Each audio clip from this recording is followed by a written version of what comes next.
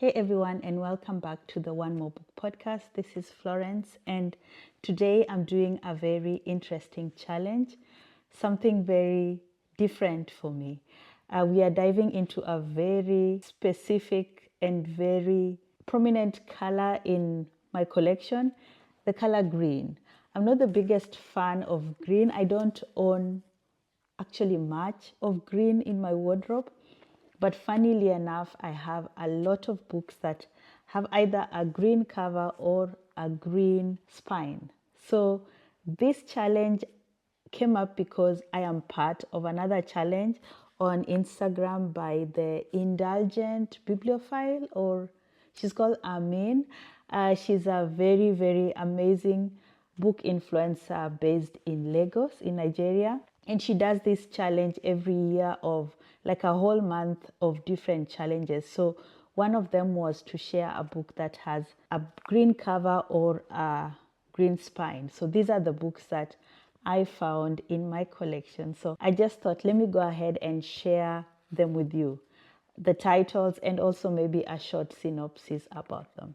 What I found very interesting about this challenge is green. Somehow when you take photographs of green books, you see how green is such a calming but also vibrant color. Also, I realized that it's a fun way to appreciate the artistry of books, the artistry of book designs, and the work that authors go into when they're deciding on the covers that they want for their books or the colors that they want for the covers of their books. And honestly, it made me rediscover some old favorites and forgotten treasures. And there are some books where I actually didn't think that they had a green cover. Like they have a colored spine, but when you turn it around, they have a green cover. And I found that it was a fun way. So recently I kind of curated my bookshelf according to color, and that really helped when I was trying to find the books. So it encourages me to keep on curating my bookshelf to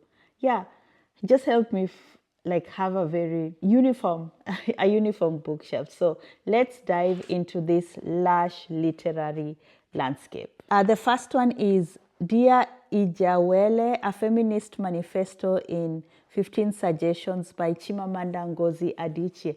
Actually, this is not my copy. This belongs to Lily, my friend. She gave it to me to take it to the book signing when we met Chimamanda a few weeks ago, and I still have it because I haven't seen her. So this is, as the book suggests, it's a letter that was written by Chimamanda. So a friend of hers had a baby girl and asked her to advise her or to help her or suggest how to raise her girl in a feminist way. And to answer her, Chimamanda wrote her a letter, and the letter is a collection of these 15 suggestions. So she turned it into a book. I love the idea. You Exist Too Much by Zaina Arafat. And this book is by a Palestinian American author. And the book is also about a Palestinian American young woman who is charting one of the most intense longings that we have as humans, the longing for love, the longing to be loved, the longing to find the right kind of love, and the longing to find that place that we can call home. I didn't really get this book as much as I wanted to. It is an important book, and also because it has a queer story. The main character identifies as queer, so it is very important. But somehow I just unfortunately did not connect with her, but still a very important book. Dust Child by Nguyen Phan Kumai is a moving saga about a family. It's about family secrets, about hidden trauma and trauma that is transgenerational, and the overriding power of forgiveness. The story or the book is set during the war in Vietnam and also in present day Vietnam. I absolutely love this book. I have read The Mountain Sings, which is also by her, which is also amazing. And I would totally read more from her. She's an amazing author, and I learned so much about the Vietnam history through this book. This is An African History of Africa from the Dawn of Humanity to Independence by Zainab Badawi. I believe Zainab Badawi is a Sudanese author, but she's a very, very well-known journalist and world-acclaimed journalist who I think she lives in the UK. And she wrote this book to guide us through Africa's spectacular history from the origins of humanity, which we all know Africa is, through to ancient civilization and medieval empires with very powerful kings and queens, and to the miseries of conquest and the invasion of the colonialist, and of course the elation of independence. So it's a very, very historical book, and I loved it because it is by a woman. So I believe she traveled to over 30 countries in Africa as she was writing this book, collecting stories and writing this book. I bought this book while I was in Senegal, so it has a very special place in my heart. What It Means When a Man Falls from the Sky by Leslie Necker Arima. This is a debut collection that explores the ties that binds parents and their children, husbands and wives, lovers and friends to one another, and also to the places that they call home. I have not read this book, but I've heard so many good things about it. I remember I picked it up probably at the train station or at the airport when I was traveling, and I only picked it up because of the title, because I thought it's about what it means when a man falls from the sky. But of course, the title is it's symbolic of something else. So hopefully I will read it soon. The Gusii Misiri, Migration, Rainmaking, Shrines, and Modern Divination by Charles Intabo Tinega. And this book is about the Abagusi community, which is one of the communities in Kenya. It talks about their land, some of their sacred places where they go to pray to their gods. And of course, their religious leaders and the activities that the community did and also do. So I've been wanting to just create an archive of history, especially history of the different communities in Kenya, because I know at one point we won't have them and we didn't learn so much about them in school. So that's why I got this book, and I just want to have it in my collection. This is Exit Racism. It's a German book, and it's also called Rassismus kritisch denken lernen by Tupoka Ogete. And this book is meant to accompany readers as they are processing or addressing their own racial prejudice and discrimination. It's supposed to be a book that inspires you to reflect personally and also inspires you to dialogue, to talk to people, but also tries not to point fingers at you as you're trying to process all this. We went she's also a podcaster, and so we went to one of her podcast recordings, and we got the book signed. So I haven't read it, but I want to hopefully read it soon.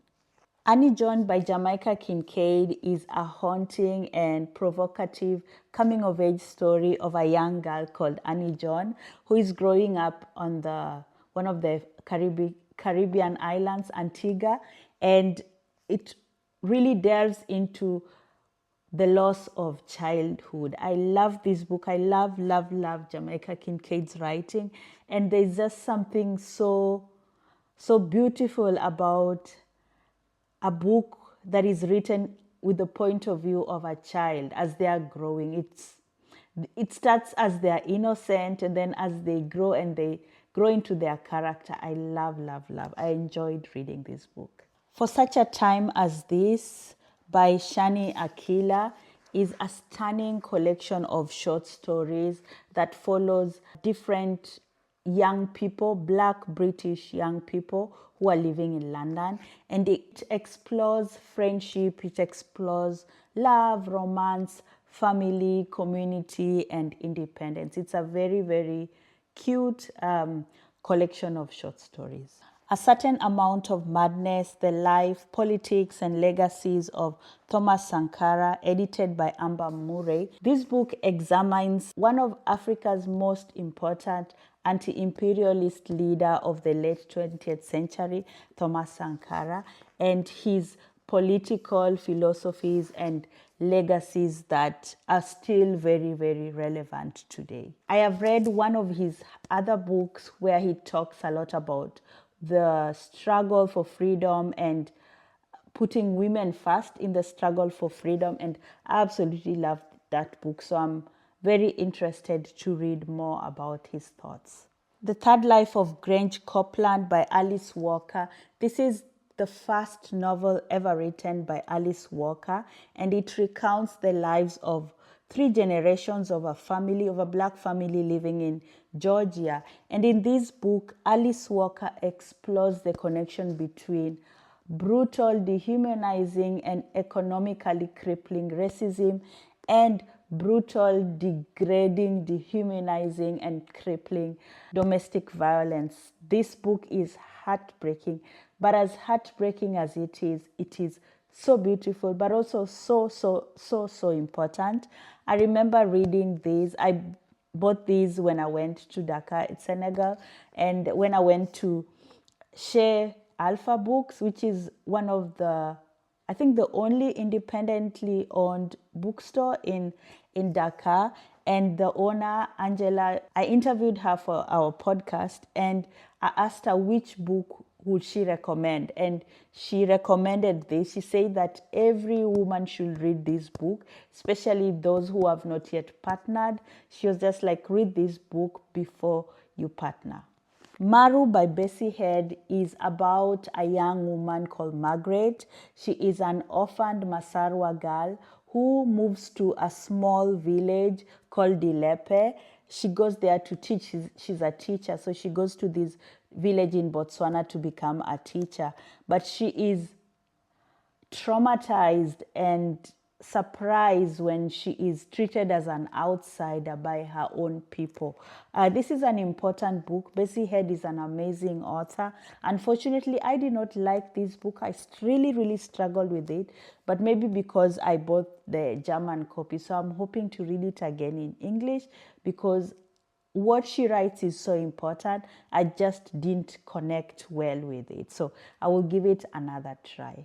A Kind of Madness by Uche Okonkwo is a beautiful collection of 10 short stories that are set in Nigeria that explores familial strife and the struggle to survive.